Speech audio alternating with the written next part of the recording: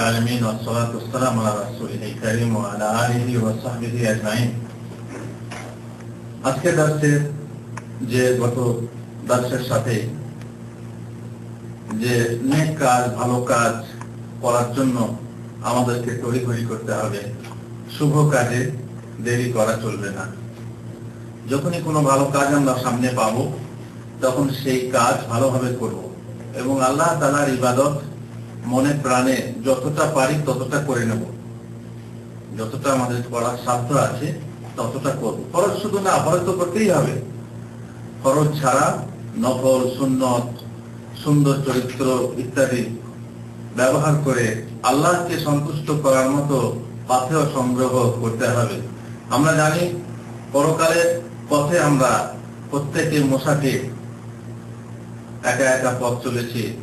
যে পথে আমাদের পাথেয় হলো একমাত্র ঈমান সহ নেক আমল। ঈমান সহ নেক আমল না থাকলে পরে সেই পথে আর কোনো কিছু কাজে দেবে না, এবং পরকালে পরপারে আমাদের সেটাই কাজে দেবে যা ঈমান এবং নেক আমল। কিভাবে নেক আমল করবেন, কিভাবে আল্লাহ নবী সাল্লাল্লাহু আলাইহি ওয়াসাল্লাম করতেন, সেই সব কথাই আমরা আলোচনা করছিলাম এবং করছি। আশা করি সবাই এর দ্বারাতে উপকৃত হব। একটি হাদিস যেখানে মুহাম্মদ রাসূলুল্লাহ সাল্লাল্লাহু আলাইহি ওয়াসাল্লাম বলেছেন, ইবনে আব্বাসের হাদিস, নি'মাতানি মাগবুনুন ফীহিমা কাসীরুম মিনান নাস। দুটি নিয়ামত এমন আছে যে নিয়ামতের ব্যাপারে, বহু মানুষ ধোঁকায় আছে। জানেন সে নিয়ামত দুটি কি? দুটো নিয়ামত এমন আছে যে নিয়ামত দুটির ব্যাপারে বহু মানুষ ধোঁকায় আছে। সে নিয়ামত দুটি কি জানেন? এক হচ্ছে সুস্থতা আর দ্বিতীয় হচ্ছে অবসর। সুস্থতা এবং অবসর। মানুষ এখন সুস্থ আছে, কিন্তু সুস্থতার কদর সে জানে না। ফলে সে এটাকে ব্যবহার করতে পারে না, সুস্থতাকে ব্যবহার করতে পারে না। আজকে সুস্থ আছে, কাল অসুস্থ হয়ে যাবে। অসুস্থ হওয়ার আগে যে ইবাদত করতে হয় সেটা সে মনে করে না। ফলে যখন অসুস্থ হয়ে যায় তখন সে আফসোস করে। এক ব্যক্তি নামাজ পড়তো কিন্তু জামাত সহকারে নামাজ পড়তো না, খুব ফাঁকে দিত, মসজিদ যেতে চাইতো না, কোন রকম করে ঘরে ঠকাঠক করে নিয়ে ছেড়ে দিত। কিন্তু এমন এক সময় হলো গাড়িতে অ্যাক্সিডেন্ট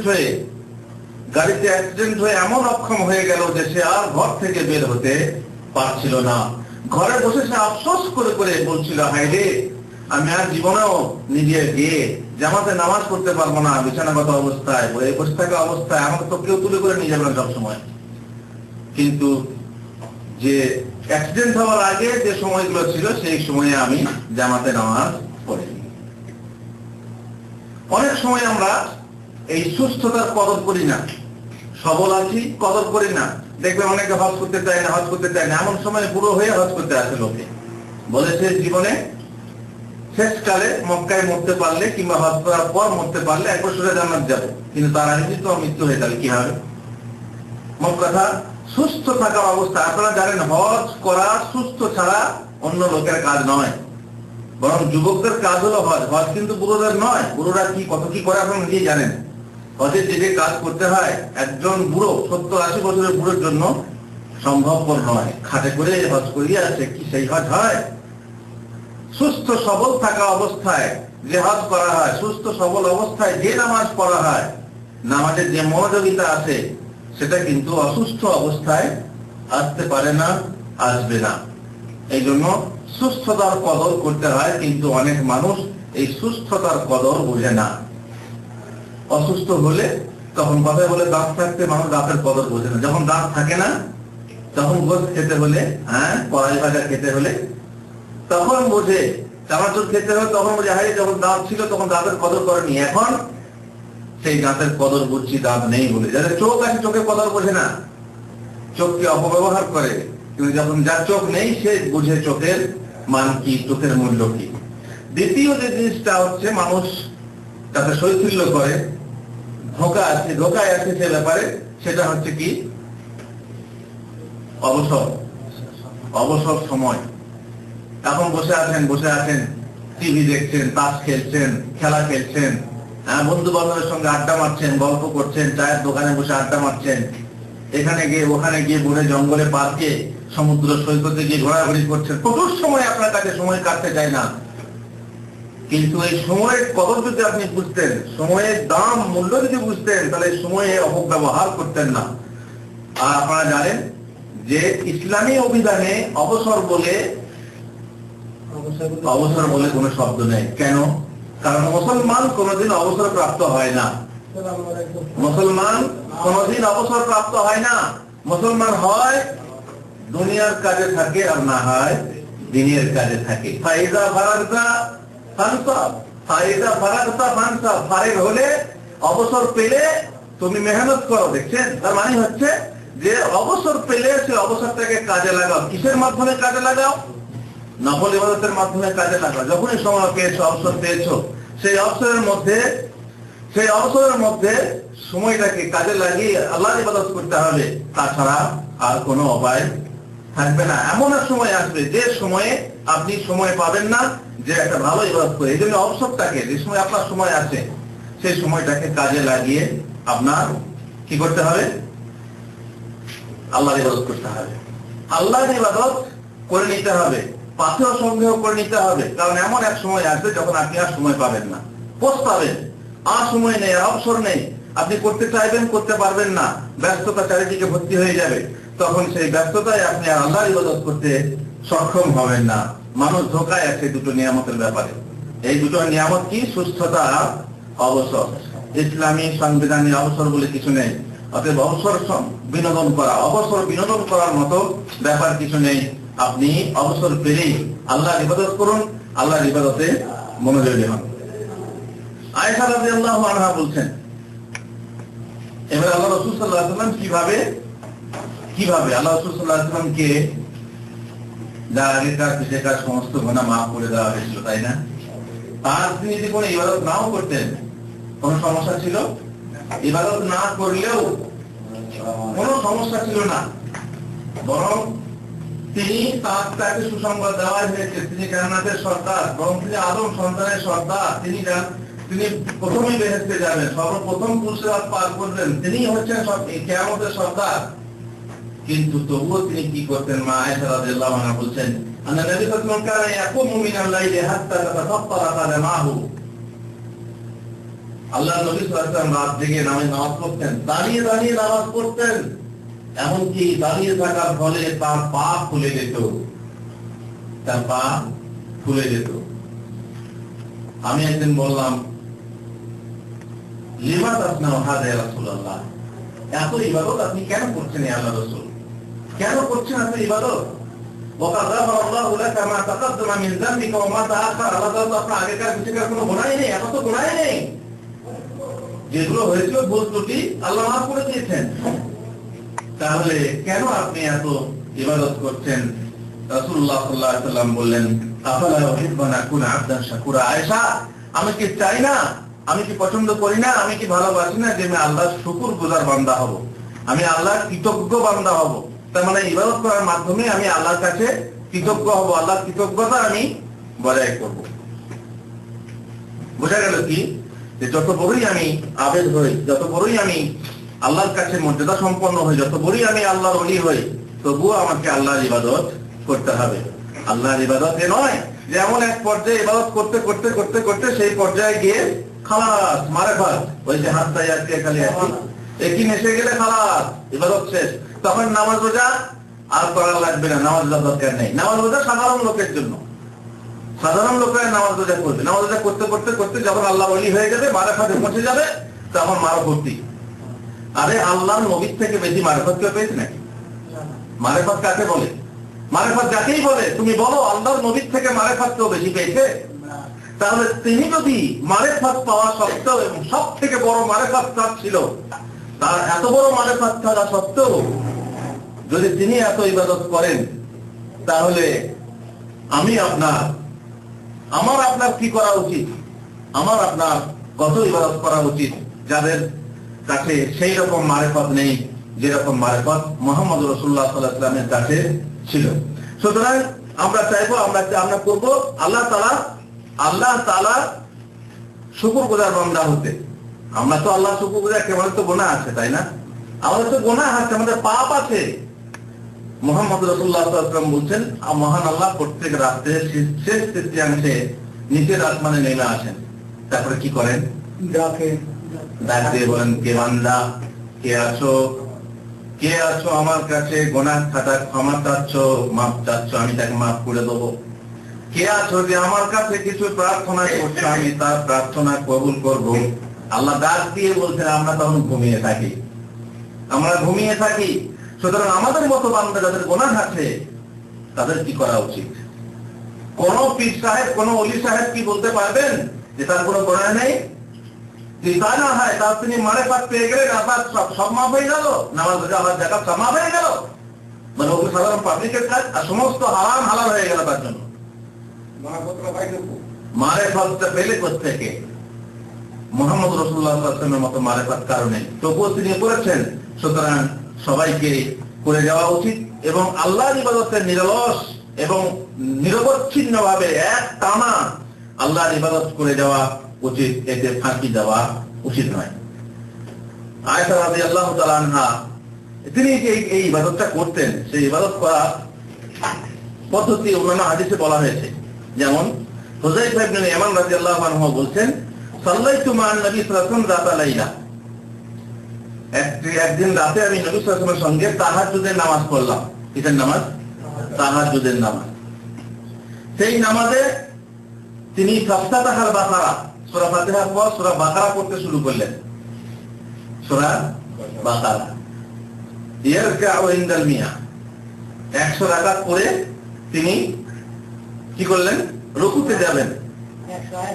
100 রাকাত না, 100 আয়াত পড়ে তিনি রুকুতে যাবেন। এটা আমি মনে মনে ভাবলাম যে 100 আয়াত পড়ে তিনি রুকুতে যাবেন, কিন্তু তিনি তা না করে কিরাত করতে থাকলেন। তারপর আমি মনে মনে বললাম যে তিনি এই সূরা এক রাকাতে সম্পন্ন করবেন, কারণ সূরা বাকারা হয়তো গোটা রাকাতেই পড়বেন, পাঠ করবেন। এটি করে হয়তো রুকু করবেন পুরোটা পড়ে, কিন্তু তিনি সূরা নিসা আরম্ভ করে দিলেন। ওই প্রথম রাকাতেই বাকারা শেষ হয়ে গেল, তারপরে সূরা নিসা পড়তে আরম্ভ করলেন আর সূরা নিসা সম্পূর্ণ পড়তে লাগলেন। পুনরায় তিনি সূরা আলী ইমরান শুরু করলেন, সেটিও সম্পূর্ণ পড়ে শেষ করলেন। এত দীর্ঘ কিরাত সত্ত্বেও তিনি ধীর শান্তভাবে থেমে থেমে পড়ছেন, এমন নয় যে তাড়াহুড়ো করে পড়ছিলেন, ধীর ভাবে পড়ছিলেন, যাতে তিনি তাসবির আয়াত দিলে তাসবিহ পড়তেন। আল্লাহ তাসবিহ পাঠ করতেন, তাসবির আয়াত দিলে তাসবিহ পড়তেন। আর যদি কোনো জায়গাতে কি বলে প্রার্থনার কথা আসতো, জাহান্নামের কথা এলে জাহান্নাম থেকে পানাহ চাইতেন, আর জান্নাতের কথা এলে জান্নাত তিনি প্রার্থনা করতেন। এইভাবে আস্তে আস্তে আয়াত পড়তে পড়তে তিনি রুকু করলেন, তাতে তিনি বলতে লাগলেন সুবহান রাব্বিয়াল আযীম। সুতরাং তার রুকু ও তার কিয়ামের বা দাঁড়ানোর মতোই দীর্ঘ হতো। রুকুটা কতক্ষণ? যতক্ষণ দাঁড়িয়ে সূরা পড়েছেন ঠিক ততক্ষণে তিনি কি করেছেন? রুকু করেছেন, এই দীর্ঘ হয়ে গেল। অতঃপর তিনি সাজদা করলেন, আর সেই সাজদা বা সিজদায় তিনি সুবহান রাব্বিয়াল আলা করতে থাকলেন। এত দীর্ঘ সিজদা করলেন যেমন তিনি কিয়ামের সমান, কিয়ামে যেমন অবস্থান করেছিলেন ঠিক সেই রকম ভাবে লম্বা সময় ধরে তিনি সিজদা করলেন। তাহলে বলে গেল যে আল্লাহ নবী সাল্লাল্লাহু আলাইহি ওয়াসাল্লাম পা তুলতো কেন? এত লম্বা ইবাদত করতেন যার ফলে তার পা খুলে যেত। কি অবস্থা দেখেন, এক রাকাতে সূরা বাকারা, তারপর সূরা এইভাবে তিনি পড়তেই থাকলেন, পড়তেই আল্লাহ প্রত্যেক রাতে ইবাদত করতেন, যার ফলে তার পা খুলে যেত। তারপরে ইবনে মাসউদ রাদিয়াল্লাহু আনহু বলছেন, তার নিজের অভিজ্ঞতা বলছেন সাল্লাল্লাহু আলাইহি নবী সাল্লাল্লাহু আলাইহি ওয়াসাল্লাম এক রাতে আমি তার পেছনে নামাজ পড়লাম, আতার আল কিয়াম, তিনি লম্বা কিয়াম করলেন নামাজে, হাত্তা হামামতু বিআমদি সু, এমনকি আমি খারাপ কাজের ইচ্ছা করলাম। খারাপ কাজের ইচ্ছা, বর্ণনাকারী বলছেন আপনি খারাপ কাজের কি ইচ্ছা করলেন?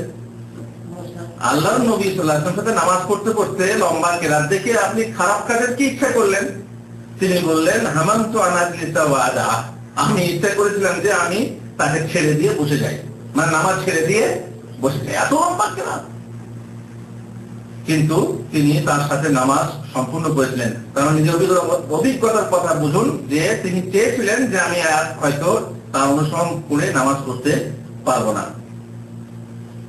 সুতরাং আল্লাহ নবী সাল্লাল্লাহু আলাইহি ওয়াসাল্লামের এই অবস্থা। তাছাড়া তিনি রমজানের শেষ দশকে কি করতেন, রমজানের শেষ দশকে কি করতেন সে ব্যাপারে আয়েশা রাদিয়াল্লাহু তাআলা আনহা বলছেন, কানা রাসূলুল্লাহ সাল্লাল্লাহু আলাইহি ওয়াসাল্লাম ইযা দাখালাল আশর, রমজানের শেষ দশক উপস্থিত হলে আহিয়াল লাইল, তিনি রাত্রি জাগরণ করতেন।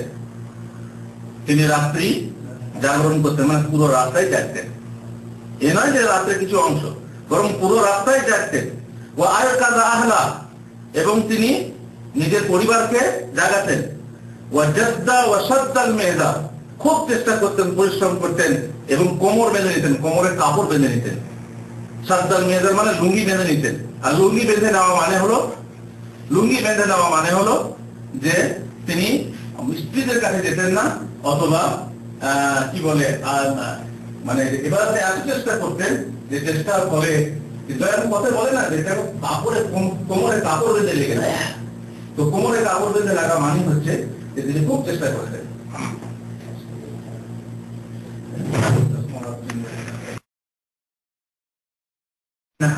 আলহামদুলিল্লাহ রাব্বিল আলামিন ওয়াস সালাতু ওয়াস সালামু আলা রাসূলিল কারীম ওয়া আলা আলিহি ওয়া সাহবিহি আজমাইন।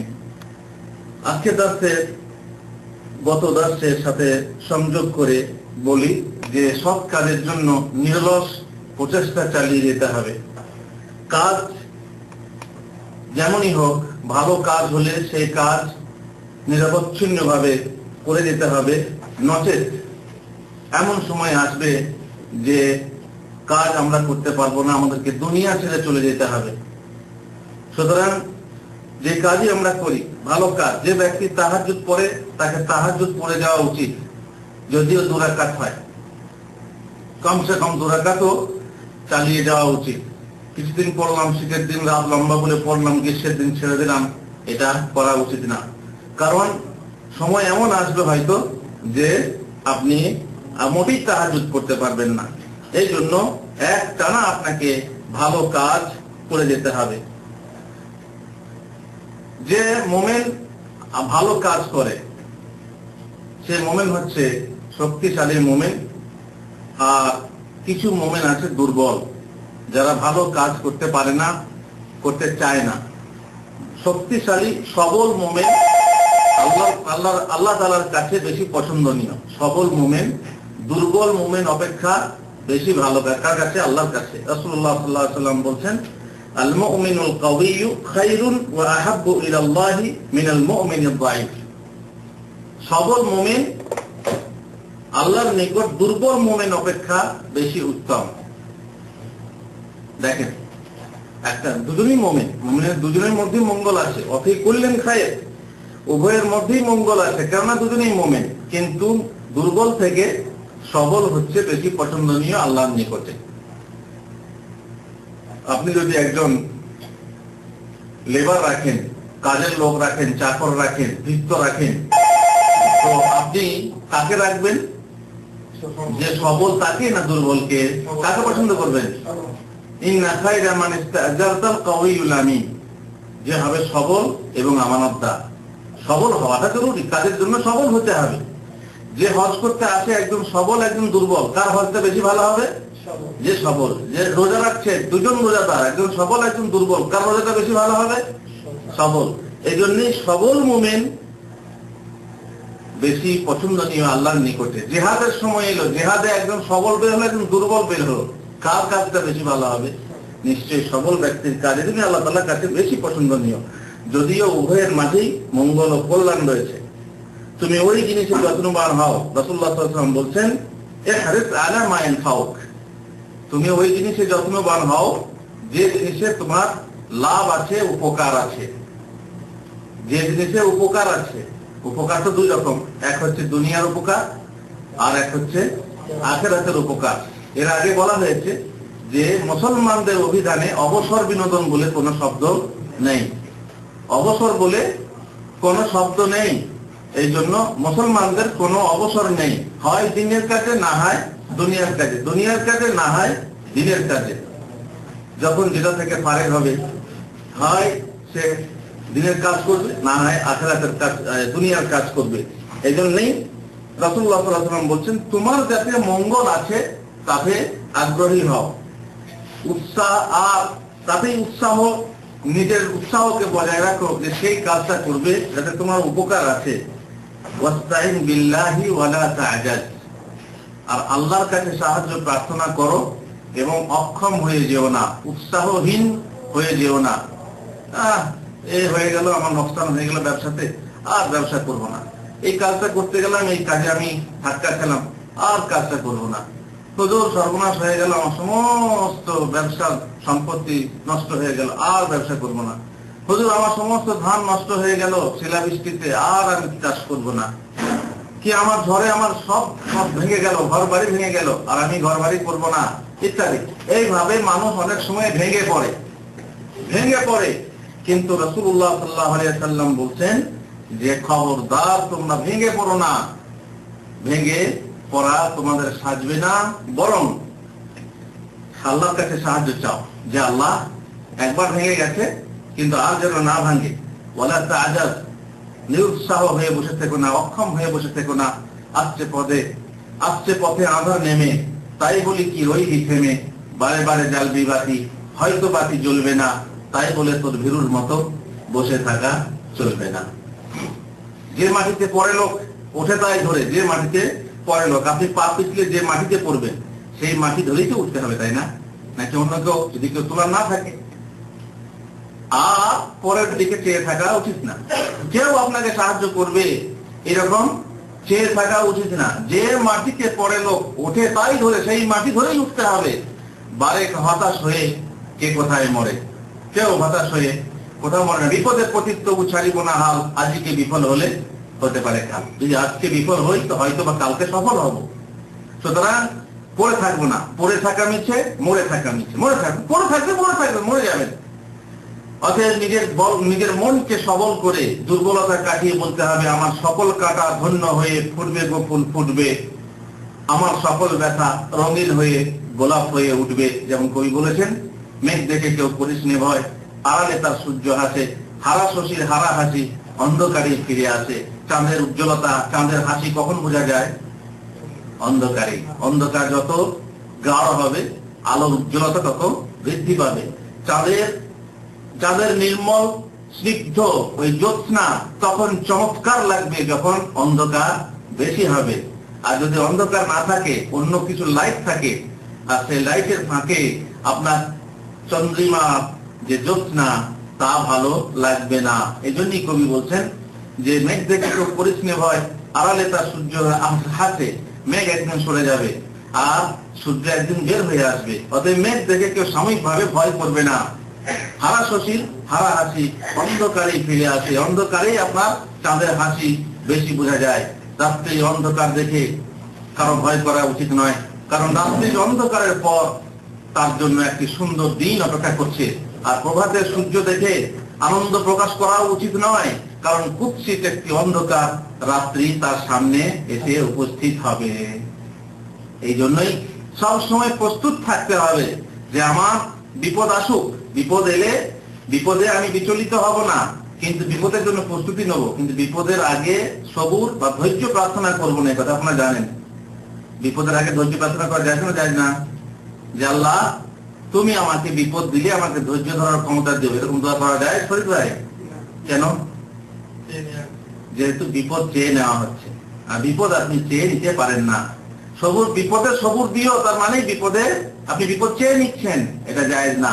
এই জন্য নিষেধ আছে, খবরদার বিপদ আসার আগে ধৈর্য ধরার প্রার্থনা করো না। বিপদ এলে তখন ধৈর্য ধরার প্রার্থনা করুন। সুতরাং প্রস্তুত থাকতে হবে। বিপদ এলেও প্রস্তুত, আর সুখ থাকলেও প্রস্তুত, দুঃখ থাকলেও প্রস্তুত, সবসময় প্রস্তুত। যখন সুখে থাকবেন তখন প্রস্তুত থাকুন যে আপনার দুঃখ আসতে পারে, যখন দুঃখে থাকবেন তখন প্রস্তুত থাকুন যে আপনার সুখ আসবে। ইন্নামা আল উসরি ইউসরা, রাত যখন আসেছে, রাত্রি অতিবাহিত হয়ে আবার দিন আসবে, আর দিন যখন এসেছে হতে পারে আপনার দিন অতিবাহিত হয়ে আবার রাত্রি ফিরে আসবে। সুখ দুঃখ নিয়ে জীবন গড়া, মানুষের সুখ দুঃখ নিয়ে জীবন গড়া। হাসি কান্না দুটি ভাই, থাকে সারা ঠাই ঠাই, অনেক সময় একসঙ্গে হয়, কখনো আসে কখনো যায়, এ একবার ও একবার। মানুষকে কাঁদিয়ে যায়, হাসিয়ে যায়, তবে হ্যাঁ চোখের পানি আসে শুধু মানুষকে কান্না দেওয়ার জন্য না, মানুষের গণ্ডকে ভিজিয়ে দেওয়ার জন্য না, মানুষের দুই গালকে সিক্ত করার জন্য না, মানুষকে শিক্ষা দেওয়ার জন্য।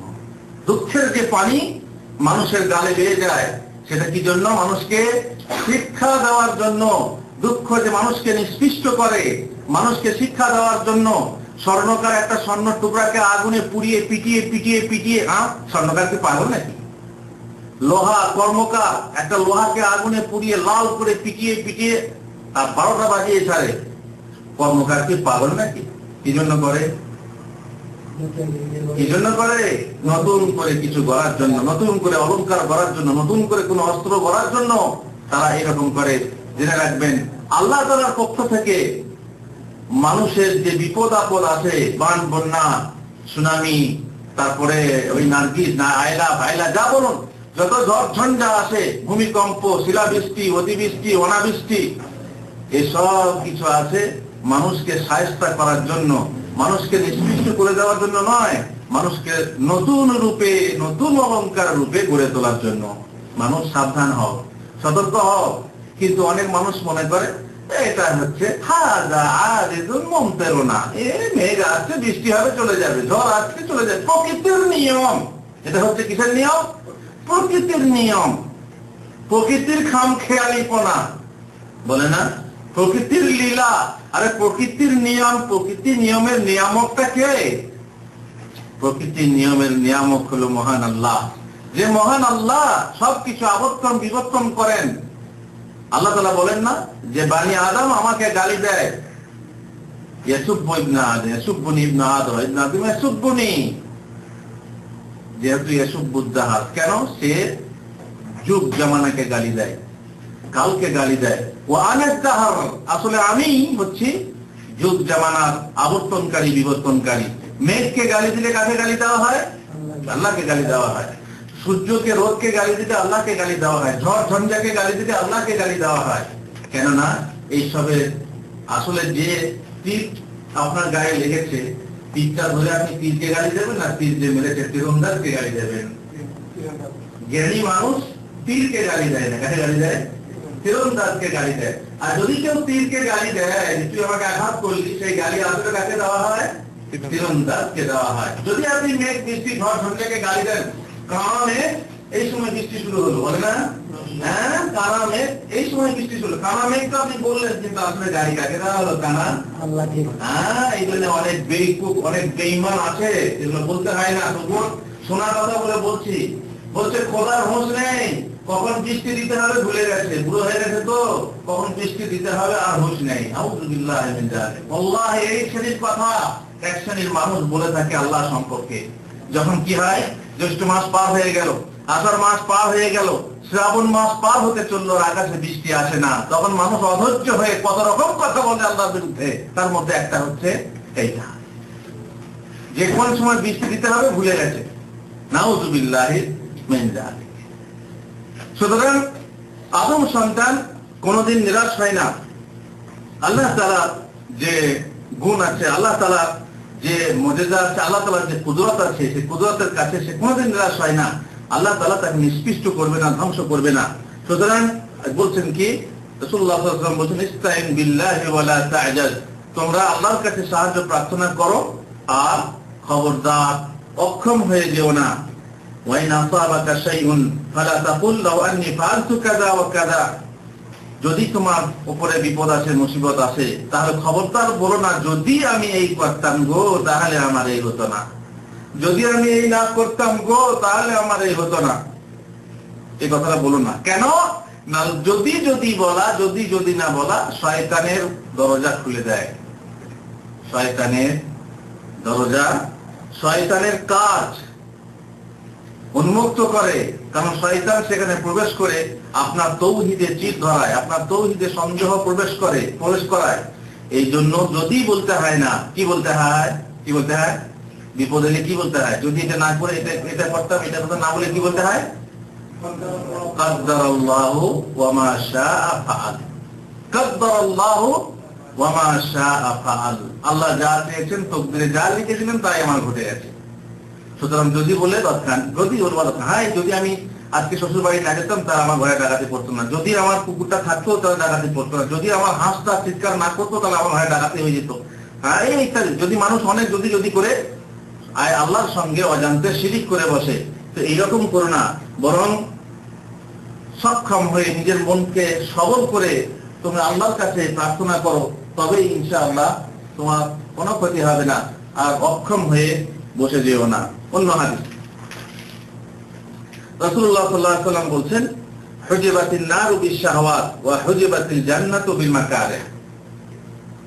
জান্নাত জাহান্নাম সৃষ্টির ব্যাপারে রাসূলুল্লাহ সাল্লাল্লাহু আলাইহি ওয়াসাল্লাম বলছেন যে জাহান্নামকে মনোলোভা জিনিস দিয়ে ঘিরে দেওয়া হয়েছে, আর জান্নাতকে কষ্টদায়ক জিনিস দিয়ে, কষ্টসাধ্য কর্মসমূহ দিয়ে ঘিরে দেওয়া হয়েছে।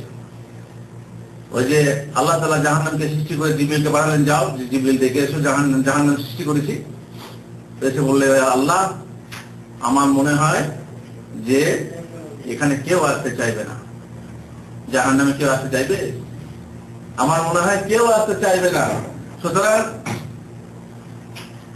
জিবরিল ফিরে এলেন, তারপরে আবার বললেন, আল্লাহ তাআলা আবার বললেন, যাও জিবরিল আবার জাহান্নাম দেখে এসো, জাহান্নাম দেখে এসো। জাহান্নাম আবার দেখে এলেন, দেখে বললেন, হ্যাঁ আল্লাহ তাআলা আমার ভয় হয় যে কোন মানুষই বাঁচতে পারবে না, সব এই জাহান্নামেই আসে। ব্যাপারটা কি? ব্যাপার প্রথম জাহান্নাম দেখিয়েছিলেন, কিন্তু পরবর্তীতে জাহান্নামকে ঘিরে দিলেন কি দিয়ে? সমস্ত মনোলোভা, যত রকম লোভনীয় জিনিস আছে দুনিয়াতে সব দিয়ে ঘিরে দেওয়া হলো। তখন জিবরিল দেখে বললেন, হায় হায়, দুনিয়ার যত রং তামাশা জাহান্নামের আশেপাশে রয়েছে। দুনিয়ার যত রকমের নোংরামি, যত রকমের অশ্লীলতা, গান বাজনা থেকে নিয়ে, ব্যভিচার থেকে নিয়ে, যত রকমের নোংরামি আছে এই জাহান্নামের আশেপাশে রয়েছে। তাই আমার ভয় হয় যে একটা লোকও বাঁচতে পারবে না, সব জাহান্নামে গিয়ে পৌঁছতে হবে। জান্নাত সৃষ্টি করলেন, জান্নাত যাও দেখে এসো। বলেন আল্লাহ তাআলা, এই জান্নাত এত সুন্দর, এই জান্নাতে যে আর কেউ মানে বাকি থাকবে না, সবাই আসতে চাইবে জান্নাতে, সবাই জান্নাতে আসবে, সবাই জান্নাত চাইবে। বুঝাও, এবার দেখে এসো। এবার দেখে এসে জিবরিল বলছেন যে আল্লাহ তাআলা আমার ভয় হয় যে জান্নাতে হয়তো কেউ আসতে পারবে না। কি ব্যাপার? কারণ জান্নাতের আশেপাশে রয়েছে কষ্ট সাধ্য কর্মসমূহ, যে কাজ করতে কষ্ট হবে। নামাজ পড়া কি সহজ জিনিস? নামাজ পড়া আমরা যদি বলি না সহজ, সহজ তো আমার ইমানের কাজ, কিন্তু আসলে কষ্ট আছে। রোজা রাখা কি সহজ জিনিস? হজ করা সহজ জিনিস? কোন জিনিসই সহজ না। এই প্রত্যেক জিনিসের পেছনে কি আছে? কষ্ট আছে। আর এই কষ্ট সমূহ দিয়ে যখন জান্নাতকে ঘিরে দেওয়া হলো, তখন জিবরিল আশা পোষণ করলেন যে হয়তো জান্নাতে কেউ আসতে পারবে না, ইল্লা আল্লাহ তাআলা যাকে তৌফিক দেবেন, আল্লাহ তাআলা যার প্রতি রহমত হবে, যার প্রতি দয়া করবেন, এমনকি আল্লাহর নবী পর্যন্ত তার প্রতি দয়া করার ফলে তিনিও জান্নাতে প্রবেশ করবেন। তার কারণ আমরা যতই আমল করি না কেন, সেই আমলের বিনিময়ে জান্নাত পেতে পারি না। আমলের বিনিময়ে জান্নাত হতে পারে না। জান্নাত এত মূল্যবান জিনিস যে তার বিনিময়ে কোনো আমল হতে পারে না। তবে আমাদের আমল জান্নাত যাওয়ার কারণ হতে পারে, মূল্য নয়, কারণ। দুটো কি এক জিনিস না? যা আপনি কাজটা করেছেন, এই কাজ করার কারণে আপনি জান্নাত যাবেন।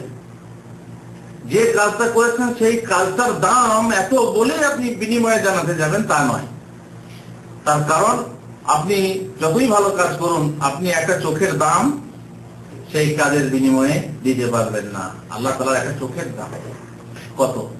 জান্নাতে তো বহু সুখ আছে, আপনারা শুনেছেন, জান্নাতে বহু সুখ আছে, কিন্তু হাদিসে আছে জান্নাতে যে আপনার স্ত্রী হবে হুরি, সেই হুরির মাথায় যে তাজ হবে, মুকুট হবে, সেই মুকুটে একটা চুন্নি, মাত্র একটা চুনি পাথর, যেটা একটা মুক্তা যদি আপনি কিনতে চান তো দুনিয়ার সমস্ত কিছু ব্যয় করেও তা কিনতে পারবেন না।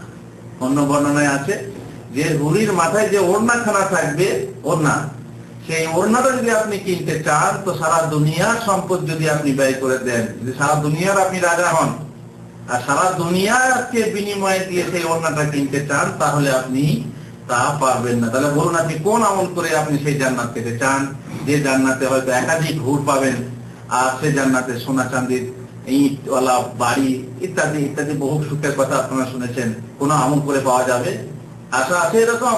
এরকম কোনো আশাই নেই। সুতরাং জান্নাত জাহান্নামের অবস্থা হচ্ছে এই। সুতরাং আমাদেরকে কাজ করে যেতে হবে, আমাদেরকে কাজ করে যেতে হবে। আশায় বুক বেঁধে আমাদেরকে কাজ করে না গেলে আমরা এক সময়ে নিরাশ হয়ে সব কিছুই ছেড়ে দেবো, আর জান্নাতের সংবাদ, জান্নাতের সুগন্ধ আমরা হয়তো পাবো না। রাসূলুল্লাহ সাল্লাল্লাহু আলাইহি ওয়াসাল্লাম একটা হাদিস এই কাজ করতে উদ্বুদ্ধ করার ব্যাপারে, তিনি বলছেন ইয়াতবাউল মাইয়িতা সালাসা। এই কথা আপনারা বহুবার শুনেছেন যে মানুষ যখন মারা যায় তখন তিনটে জিনিস তার সঙ্গ দেয়। মানুষ যখন মারা যায় তিনটে জিনিস তার সঙ্গ দেয়। কি কি হেরা? মানুষ যখন মারা যায় তিনটে জিনিস তার সঙ্গ দেয়। কি কি?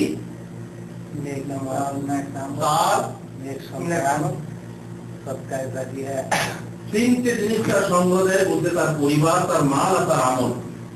দুটা ঘুরে আসে আর একটা থেকে যায়। একটা থেকে যায় কে? নেক আমল থেকে যায়, আর বাকি পরিবার আর মাল ফিরে আসে। কিন্তু যে মাল আপনি দান করেন সেটা কিন্তু ফিরে আসে না। যে মাল আপনি জীবনে জীবিত থাকতে দান করে থাকেন সে মাল ফিরে আসে না। সুতরাং কথা হলো কি, যে আপনাকে কাজ করে যেতে হবে। যে মাল আপনি জমা করে রাখবেন সে মাল আপনার সঙ্গে যাবে না, কিন্তু যে মাল আপনি দান করবেন সেই মাল আপনার আগে গিয়ে হাজির হয়ে থাকবে, উপস্থিত হয়ে থাকবে। তিনটে জিনিস বলতে পরিবার পরিজন। কিছুদিন কাঁদবে, কাঁদার পর খারাপ। আর যদি ভালো ছেলে তৈরি করে যান সে দোয়া করলে কাজে দেবে, মিলাদ করলে কাজে দেবে না। কিন্তু ভালো কাজ যদি করে যান আর তাকে বলে যান যে বাবা দোয়া করিস আমার জন্য, দোয়া শিখেই যান ঠিক মতো, তাহলে সেই দোয়া কাজে দেবে, কিন্তু অন্য কিছু কাজে দেবে না। পরিবার পরিজন ফিরে আসবে, মাল ফিরে আসবে, কিন্তু আমল সঙ্গে থেকে যাবে। আর যখনই আপনি আপনার মাল দান করে যাবেন সেটা কি হয়ে যাবে? আমল হয়ে যাবে, আর আমল আপনার সঙ্গী হয়ে যাবে। অন্য এক হাদিস ইবনে মাসউদ রাদিয়াল্লাহু আনহু বলেছেন, রাসূলুল্লাহ সাল্লাল্লাহু আলাইহি ওয়াসাল্লাম বলেছেন, আল জান্নাতু আকরাবু ইলা আহাদিকুম মিন শিরাকিন আলিহি ওয়ান নারু মিসলা যালিক। তোমাদের চটির ফিতা দেখেছো? জুতোর ফিতে। এই জুতোর ফিতে তোমাদের কাছ থেকে কত নিকটে? কত নিকটে? পায়ের উপরে যেটা বাঁধা থাকে সেটা কত নিকটে পাওয়া যায়? এই উদাহরণ দিয়ে নবী সাল্লাল্লাহু আলাইহি ওয়াসাল্লাম বলছেন তোমাদের ওই জুতোর ফিতার মতোই জান্নাত অথবা জাহান্নাম অতি নিকটে। তোমাদের জান্নাত যেমন নিকটে, জাহান্নামও তেমনি নিকটে। যে কোনো সময় তুমি জান্নাতে যেতে পারো ভালো কাজ করলে ইমানের সাথে, আর যে কোনো সময় তুমি জাহান্নামে যেতে পারো বা খারাপ কাজ করলে, খারাপ কাজ করার ফলে তোমাকে জাহান্নাম যেতে হবে। এই হলো জান্নাত জাহান্নাম এবং তার প্রস্তুতির ব্যাপারে কিছু কথা। অন্য এক হাদিসে রাসূলুল্লাহ সাল্লাল্লাহু আলাইহি ওয়াসাল্লাম বলছেন, তার এক খাদেম রাবিয়া বিন কাব আল আসলামি, খাদেম, আল্লাহর নবী খাদেম ছিল, তাই না? আল্লাহর নবী আনাস রাদিয়াল্লাহু আনহু আল্লাহর নবী খাদেম ছিলেন। তারপরে এই যে রাবিয়া বিন কাব, ইনিও খাদেম ছিলেন না। আল্লাহর নবীর খেদমত করার জন্য সবাই ব্যস্ত থাকতেন। যেমন আমাদের দেখেছেন হুজুরদের খেদমত করার জন্য বহু ছাত্র, বহু শিষ্য শতব্যস্ত থাকে। কে করবে, কে করবে? আমি করবো, আমি কেউ জুতো সোজা করে দেয়, কেউ পানি এনে দেয়, কেউ কাপড় এই পরিষ্কার করে দেয়, এই করে সেই করে, বহু কিছু করে। আল্লাহর নবী সাল্লাল্লাহু আলাইহি ওয়াসাল্লামের খেদমত করার জন্য বহু লোক ছিল, তাছাড়া স্ত্রীরা ছিলেন। এই জন্য খাদেম খেদমত করার জন্য প্রস্তুতি সবসময় নিয়ে থাকতো। ইনি হচ্ছেন রাবিয়া ইবনে কাব আল আসলামি, রাসূলুল্লাহ সাল্লাল্লাহু আলাইহি ওয়াসাল্লামের খাদেম। ইনি সুফফাতে থাকতেন। সুফফা কাকে বলে? ওই যে মসজিদের সামনে যে উঁচু করে একটা জায়গা থাকতো, সেখানে খেয়ে না খেয়ে কিছু লোক আল্লাহর নবীর কাছ থেকে ইলম শিক্ষার জন্য পড়ে থাকত। তার মধ্যে আবু হুরায়রা একজন। আবু হুরায়রাকে জিজ্ঞেস করা হলো যে আপনি এত হাদিস, এত ইলম থেকে পেলেন? তো উনি একদিন গল্প শোনালেন যে আমি খেয়ে না খেয়ে আল্লাহর নবীর দরবারে পড়ে থাকতাম, পেট ভাতায়। আল্লাহর নবীর কাছে কিছু হাদিয়া আইলে তিনি খেতেন, বাকি আমাদেরকে দিতেন, আমরা খেতাম, না খেতাম, পড়ে থাকতাম। খিদের জ্বালাতে লোকে পাগল মনে করত। এমন খিদেতে এমন আচরণ প্রদর্শন করতাম, লোকে ভাবতো আবু হুরায়রা পাগল। কিসের জন্য পড়ে থাকতাম? আল্লাহর নবী সাল্লাল্লাহু আলাইহি ওয়াসাল্লামের কাছ থেকে যেটা বের হবে তার একটাও যেন আমার ছুটে না যায়। আল্লাহু আকবার। এই জন্য সব সময় চেষ্টা করতেন যে আল্লাহর নবীর খিদমতে হাজির হয়ে আমি ইলম অনুসন্ধান করব। বাকি অনেকেই কেউ চাষবাসে ব্যস্ত থাকতো, কেউ বাজারের হাটে বা ব্যবসাতে ব্যস্ত থাকতো, কিন্তু আমি আল্লাহর নবীর খিদমতে পড়ে থাকতাম। ইনি এক খাদেম, ইনিও সুফাতে বাস করতেন রাবিয়া। তো তিনি খিদমত করতেন, আল্লাহ রাসূল সাল্লাল্লাহু আলাইহি ওয়াসাল্লামের খিদমত করতেন। উনি বলছেন কুনতু আবিতু মা রাসূলুল্লাহ সাল্লাল্লাহু আলাইহি ওয়াসাল্লাম ফাআতিহি বিওয়াদুইহি ওয়া হাজাতিহি। আমি আল্লাহর নবীর সাথে রাত অতিবাহিত করতাম এবং রাতে তার কোনো প্রয়োজন পড়লে আমি সেই প্রয়োজন পূর্ণ করব এই নিয়ত করে তার কাছে শুতাম। বুঝতে পারলেন? তার মানে আল্লাহর নবীর সাথে তিনি রাত ও রাত্রি কাটাতেন। ফাকালা, একদিন তিনি সন্তুষ্ট হয়ে আমাকে বললেন, সালনি রাবিয়া, তুমি আমার কাছে কিছু চাও। আল্লাহ, কি চাইবো? কি চাইবো? চাও মানে কি বুঝতে পারছেন? যে আল্লাহর নবী যদি বলেন যে হ্যাঁ, যে আল্লাহর নবী দোয়া করে দেন, আল্লাহর নবী যদি একবার দোয়া করে দেন, তাই না, তাহলে সেটা কি হয়ে যাবে? হ্যাঁ, সেটা সঙ্গে সঙ্গে পেয়ে যাবেন। এই জন্যে রাবিয়া তিনি করলেন কি, তাড়াতাড়ি করলেন না, তাড়াতাড়ি করলেন না। কি করলেন? বললেন যে আমি একটু ভেবে চিনতে নিই, আমাকে একটু সময় দিন, আমি যাতে আমি ভেবে নিতে পারি যে আমি কি চাওয়া চাইবো। আমরা হলে আলাদুল বলতাম দোয়া করুন হুজুর যাতে করে 5 তলা বিল্ডিং হয়, আমার 5খানা গাড়ি হয়, আমার এত হয়, এই হয়, সে হয়, দুনিয়া চেয়ে নিতাম, কারণ জানি যে চাওয়া গ্যারান্টি। কিন্তু রাবিয়া দুনিয়া চাইলেন না। তিনি বললেন কি, আমাকে একটু সবুর, আমাকে একটু সময় দেন, আমি সময় নিয়ে আমি ভেবে চিনতে নিয়ে যে আমি কি চাইবো। তার কারণ তিনি জানেন যে গ্যারান্টি। অতঃপর তিনি বলছেন, আমি ভেবে দেখলাম দুনিয়াও ধ্বংসশীল, দুনিয়া ধ্বংসশীল ও ক্ষণস্থায়ী। দুনিয়া কিছু চাইবো তো কিছুদিন পর ছেড়ে চলে যেতে হবে। তাই বললাম, হে আল্লাহ রসুল, আমি চাই যে আপনি আমার জন্য আল্লাহর নিকট দোয়া করে দিন যাতে তিনি আমাকে জাহান্নাম থেকে নিষ্কৃতি দেন এবং জান্নাতে প্রবেশ করান। আল্লাহ, শেষ চাওয়া। আমি চাইলাম কি, যাতে জাহান্নাম থেকে মুক্তি পায় এবং জান্নাতে প্রবেশ করতে পারি। তিনি চুপ রয়ে গেলেন, রাসূলুল্লাহ সাল্লাল্লাহু আলাইহি ওয়াসাল্লাম চুপ করে গেলেন। অতঃপর বললেন, এই জিনিস চাওয়ার কথা তোমাকে কে শিখিয়ে দিয়েছে? তিনি বড় চালাক দেখছি, তুমি দুনিয়ার কিছু চাইলে না, এমন এক সুন্দর জিনিস চাইলে, তোমাকে কে শিখিয়ে দিয়েছে? তিনি বললেন, রাবিয়া বলছেন, এটা আমাকে কেউ শিখিয়ে দেয়নি, তবে আমি যখন জানলাম যে দুনিয়া ক্ষণস্থায়ী ধ্বংসশীল আর আল্লাহর পক্ষ থেকে আপনার রয়েছে বিশেষ মর্যাদা, তাই এটাই ভালো মনে করলাম যে আপনি আমার জন্য আল্লাহর কাছে দোয়া করে দেন যাতে করে আমি ওই জিনিসটা পেয়ে যাই। রাসূলুল্লাহ সাল্লাল্লাহু আলাইহি ওয়াসাল্লাম ইচ্ছা করলে কাউকে জান্নাত জাহান্নামে প্রবেশ করাতে পারতেন? পারতেন? ইচ্ছা করলে তার চাচাকে জান্নাতে প্রবেশ করাতে পারবেন? মা আব্বাকে পারবেন? তাই অন্য কাউকে পারবেন? অসম্ভব। তিনি দোয়া করতে পারেন, কিন্তু কোন মুশরিকের জন্য দোয়া করেন না, মুসলিমের জন্য দোয়া করতে পারেন, কিন্তু নিজের ইচ্ছাতে কাউকে জান্নাতে জাহান্নামে প্রবেশ করাতে পারেন না। এখন রাবিয়া বললেন যে আপনি দোয়া করুন যাতে আমি জান্নাতে প্রবেশ করি। রাসূলুল্লাহ সাল্লাল্লাহু আলাইহি ওয়াসাল্লাম কি বললেন? যাও খারাপ তুমি জান্নাতে যাবে। কি বললেন?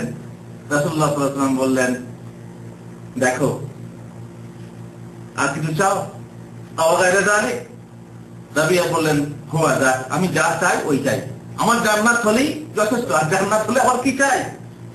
রাসূলুল্লাহ সাল্লাল্লাহু আলাইহি ওয়াসাল্লাম বললেন, ফাআইন্নি আলা নাফসিকা বিকাসরাতিস সুজুদ। ঠিক আছে, বেশি বেশি সিজদা করে, বেশি বেশি নামাজ পড়ে তুমি এই ব্যাপারে আমাকে সহযোগিতা করো, সাহায্য করো।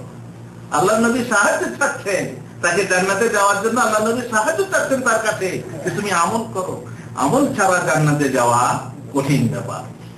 যে ব্যক্তির আমল তাকে পিছিয়ে দিয়েছে, সে ব্যক্তিকে তার বংশ মর্যাদা বা অন্য কিছু অগ্রগতি করতে পারে না। তুমি আমল করে আমাকে সহযোগিতা করো, বেশি বেশি করে নফল পড়ো, ফরজ তো পড়তেই হবে, বেশি বেশি করে নফল পড়ে তুমি আমাকে এই ব্যাপারে সহযোগিতা করো। এখান থেকে আমরা কি বুঝলাম?